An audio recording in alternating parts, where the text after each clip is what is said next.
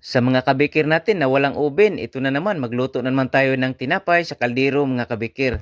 Pineapple, resin, loaf bread. Lahat ng tinapay na niluto ko sa kaldero, pwedeng lutuin sa oven mga kabikir. Kaya kung may oven kayo, oven din ang lutuan ninyo. Sa mga walang oven, sa kaldero lang din ninyo lutuin. Kung interesado kayo, panoorin ninyo ang video mga kabikir, napakadaling gawin lang. Ito ang ating mga ingredients. Isang itlog, 1/3 cup sugar, kunting asin, 115 grams pineapple tidbits, 1/8 cup cooking oil, kunting yellow food coloring. Pagkatapos hinalo ko muna, tinunaw-tunaw ko ang sugar, saka ko nilagay ang 1 cup third class flour, 1 teaspoon baking powder. Pagkatapos hinalo ko hanggang sa lumapot at hanggang sa wala na akong nakikitang dry flour. Saka ako naglagay ng 1/2 cup resin. Hinalo ko ang resin gamit lang ang kutsara mga kabikir.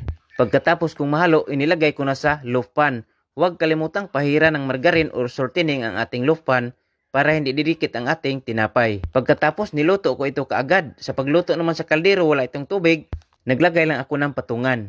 35 to 40 minutes maluto itong ating tinapay sa katamtamang apoy lang. Ito na mga kabikir, 35 minutes itong naluto. Pagkahango, pinalamig ko muna saka ko ito tinanggal sa loaf pan. Mga kabikir, abangan niyo pang iba pa nating mga simpleng resipe ng tinapay. Maraming salamat at God bless ating lahat mga kabikir.